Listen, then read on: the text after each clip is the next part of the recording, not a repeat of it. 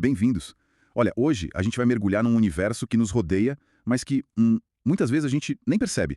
As regras por trás de tudo, desde uma compra simples até, sei lá, adquirir um imóvel. Exato. O nosso material de base são umas notas de aula sobre direito civil, bem focadas no mundo das obrigações, e a ideia aqui é tentar desvendar o que realmente importa nessas regras. Entender a diferença entre a relação que temos com pessoas e a relação que temos com as coisas. Isso. E para começar, uma pergunta que ficou na minha cabeça lendo o material. O que acontece quando uma dívida parece que pertence mais a um imóvel do que à própria pessoa que a contraiu? Essa pergunta é o ponto de partida perfeito, porque ela nos joga direto no centro de um dos maiores desafios do direito. Como organizar as responsabilidades de um jeito que seja justo e previsível, né? E o ponto de entrada mais comum nesse mundo, para a maioria das pessoas, é a relação de consumo. Nas notas, fica muito claro que a Constituição brasileira trata a proteção do consumidor como algo fundamental. Sim, é um princípio. É como se a lei criasse uma espécie de manto protetor em volta de quem compra. Por que essa proteção toda? Bem, é que a lei parte de uma premissa muito realista. A relação entre quem vende e quem compra é, por natureza, desequilibrada. Aham. O fornecedor tem mais informação, mais poder econômico, mais recursos. O consumidor é a parte vulnerável.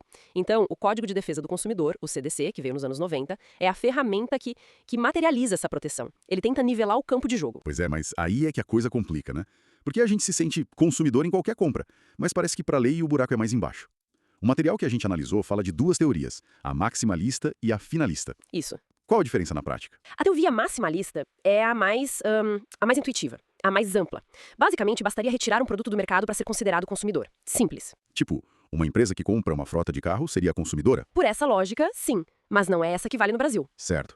Aqui vale a finalista, que me pareceu bem mais restrita. Exato. A teoria finalista, que o nosso CDC adota, diz que consumidor é o destinatário final. A palavra-chave é final. O que isso significa? Final. Reinserir numa cadeia produtiva, ou seja, o produto, digamos, morre nas mãos daquela pessoa. Tinha um exemplo curioso nas notas sobre alguém que compra sapatos demais. É um ótimo exemplo para ilustrar. Se alguém compra 50 pares de sapatos para o seu uso pessoal, por mais exagerado que seja, é um consumidor final. A motivação é pessoal. Exatamente. Agora, se compra os mesmos 50 pares para revender uma loja, essa pessoa já não é a destinatária final. O sapato é um insumo.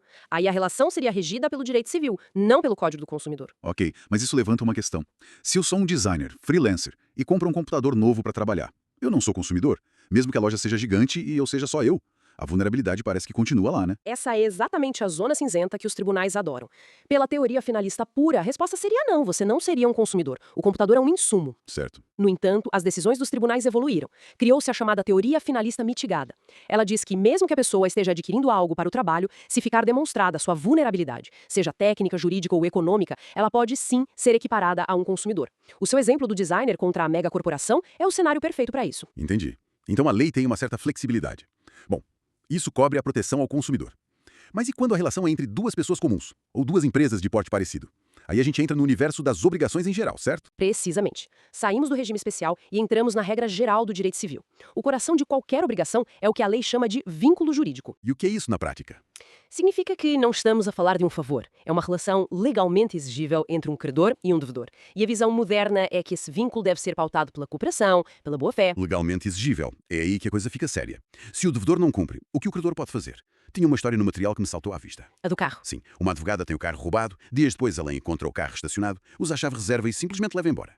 Intuitivamente parece justo, mas a lei vê isso como um problema. Porquê?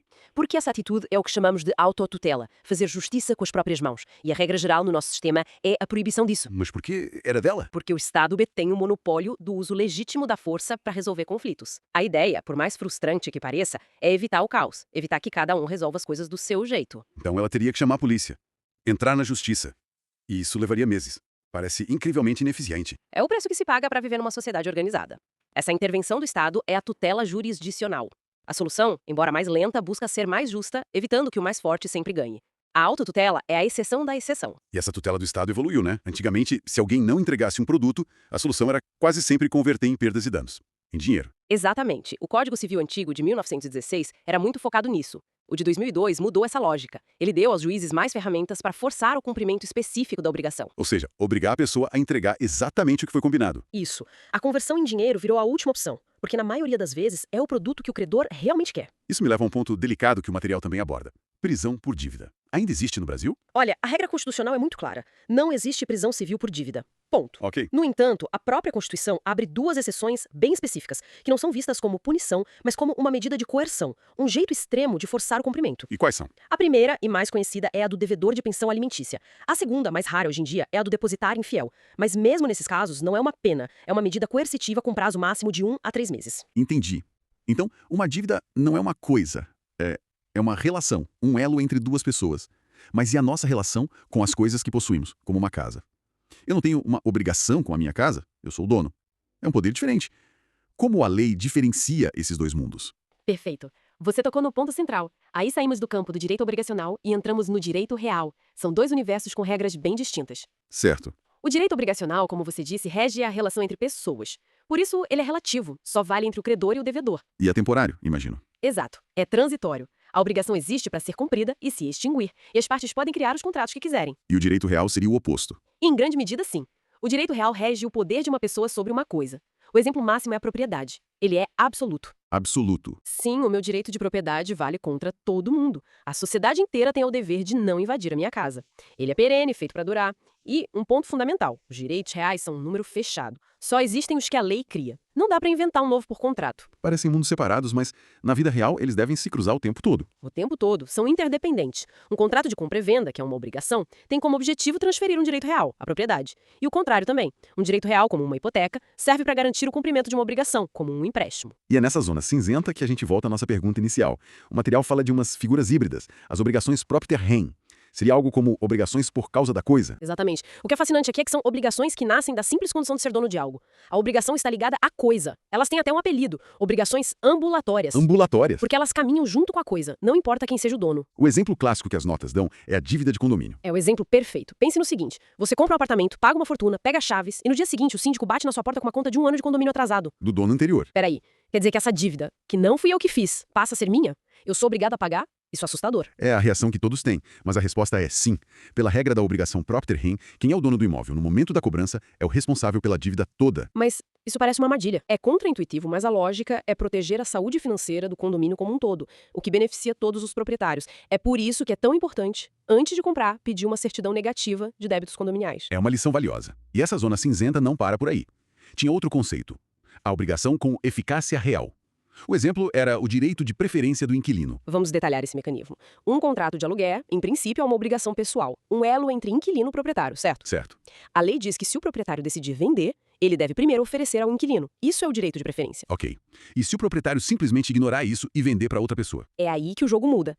Se esse direito de preferência que está no contrato for averbado, ou seja, registrado na matrícula do imóvel, no cartório, acontece uma espécie de mágica jurídica. Ele deixa de ser só uma promessa e ganha eficácia real. Ele passa a grudar no imóvel. Se o proprietário vender a um terceiro, o inquilino pode ir à justiça e tomar o imóvel de volta, desfazendo a venda. Uau. E se não for registrado?